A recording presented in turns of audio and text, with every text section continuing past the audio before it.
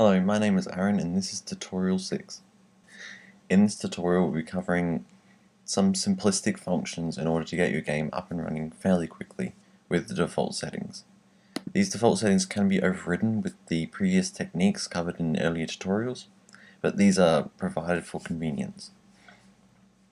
The first convenience method is the add default keybindings method. You can use this after you already set the game mode, and it will do one of two things. If you've set the game mode to 2D, it will allow your two-dimensional character to move right, left, up and down on the two-dimensional screen. In 3D mode, it will allow you to move across the surface of an imaginary zone.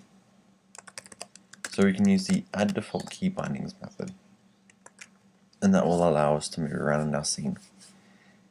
There's another couple of convenience methods. The first is the set camera position. This allows us to set where the camera is. For this tutorial, we'll be setting it to 0, 0, 3.5.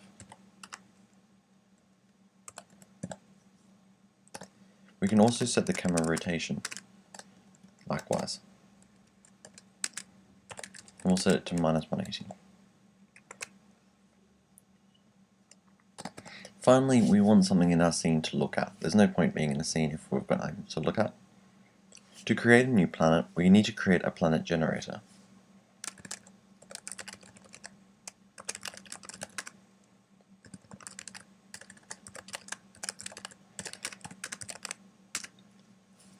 Now, if we just want to create a randomized planet sitting in the middle of the screen, we can use the random planetoid generator. And this accepts a number generator and or a division. We're just going to use the number generator and leave the divisions alone.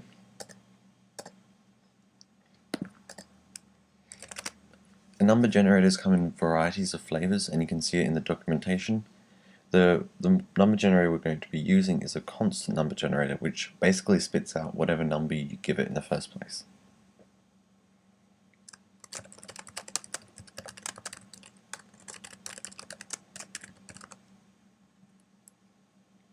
So this constant number generator will return 1 every time it's called. If we import these generators,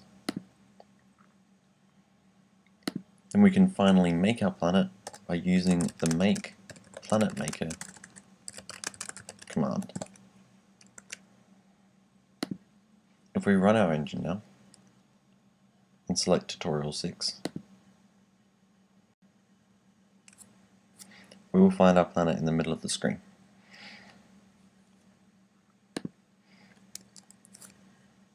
The first thing we can do is we can make this planet a bit more bumpy, and that's, instead of using a constant number generator, we can use a random number generator. And we'll set a range between 0.8 and 1.0f. This is just like a random number, and this can be overridden for a variety of effects.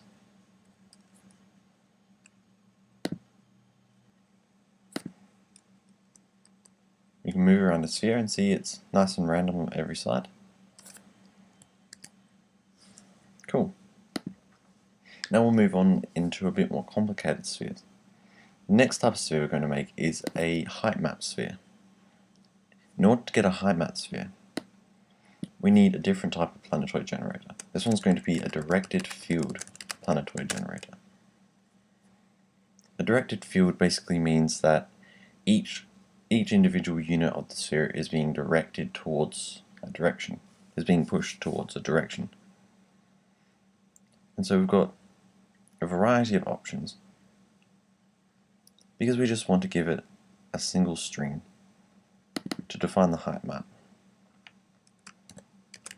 we'll use the string and the world height map.jpg as the source.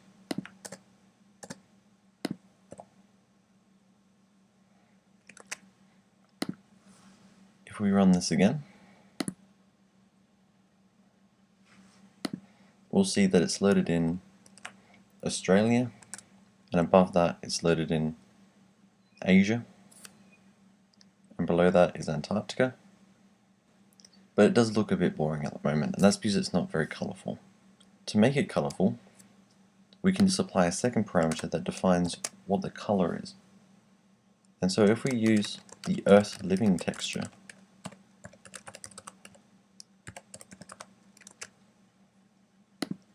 and then rerun the engine,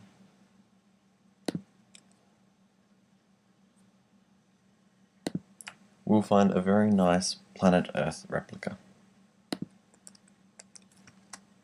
We can move up by pressing spacebar, we can move down by pressing shift, we can move to the right, we can move to the left, and view our lovely world. That is the end of tutorial 6. Feel free to post any comments or questions.